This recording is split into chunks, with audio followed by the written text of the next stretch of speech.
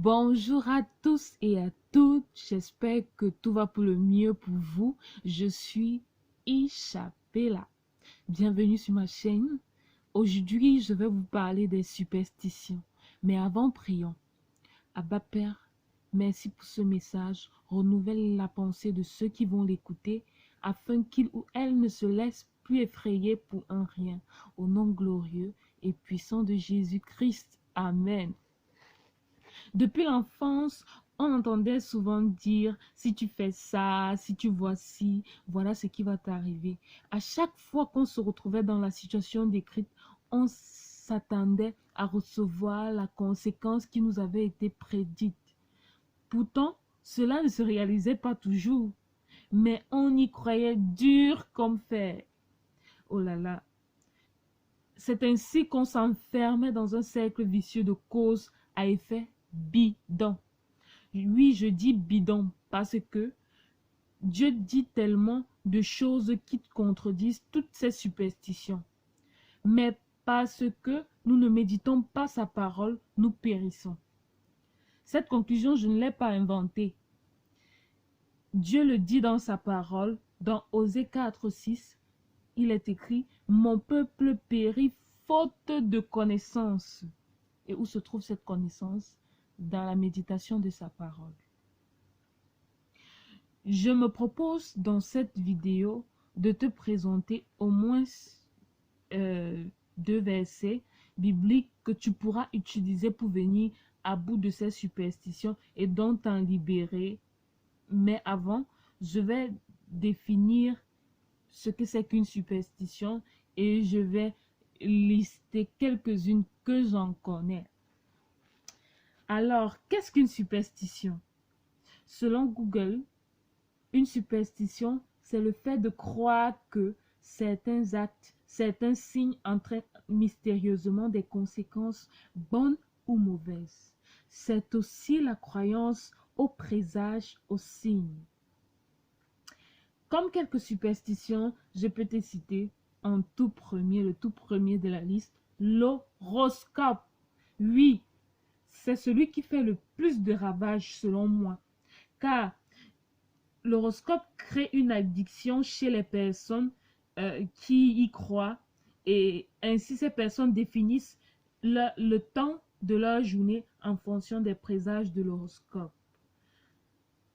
Pourtant, ça ne se réalise même pas toujours, mais pour peu que plusieurs fois ça a eu à se réaliser, elle s'y accroche. Et pourtant, Dieu dit dans sa parole, dans Deutéronome 18:10, qu'on ne trouve chez toi personne qui fasse passer son fils ou sa fille par le feu, personne qui exerce le métier de devin, d'astrologue, d'augure et de magicien. Là, on parle bien d'astrologue, donc l'horoscope est lié à l'astrologie. Ce n'est pas juste une parole, mais c'est une consigne. Là, on voit bien que c'est une consigne. On dit bien qu'on ne trouve. Donc là, c'est un ordre que Dieu te donne pour ton bien. Comme autre superstition, on a le chat noir qui t'annonce un deuil ou quelque chose de mauvais. Pourtant, que tu vois un chat noir ou pas, il y aura toujours dans ta vie des périodes de deuil, de difficultés. Comme le dit si bien Ecclésiaste 3:1, il y a un temps pour tout, un temps pour toutes choses sous les cieux. Comme autre superstition, cogner son pied droit, signe de chance, cogner son pied gauche, signe de malchance. Moi, je ne crois pas en la chance ou en la malchance. Je crois en la grâce de Dieu. Ainsi, il me dit dans 2 Corinthiens 12:9, ma grâce te suffit car ma puissance s'accomplit dans la faiblesse. De plus, Dieu en créant l'homme, aurait-il créé un bon pied et un mauvais pied, ou une bonne main et une mauvaise main? Et alors, est-ce que donc les gauchers sont des personnes maudites? Non. Voilà quelques-unes des superstitions. Il y en a encore plusieurs, comme droiter une tombe. Quand t'es petit, on disait, tu droites une tombe, tes doigts vont se couper. Il faut croquer tous les doigts, les 10 doigts, pour que tes doigts ne se coupent pas.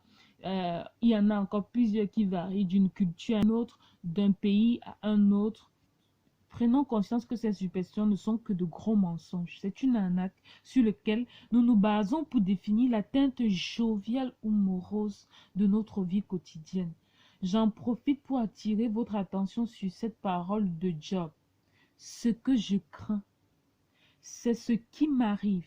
Ce que je redoute, c'est ce qui m'atteint. C'est ce en quoi nous croyons, c'est ce que nous craignons qui nous arrivera. Parce que nous plaçons notre foi en cela, en se disant que ça va arriver. Je vous exhorte donc à placer votre foi en la vie de bonheur que Dieu nous a gracieusement offerte, confère Jérémie 29, 11. Je t'invite donc à combattre cette attitude superstitieuse en te mémorisant les versets suivants et à te les rappeler à chaque fois que tu aurais un penchant pour la superstition. Premier verset. L'Éternel a formé des projets de bonheur et non de malheur sur ma vie.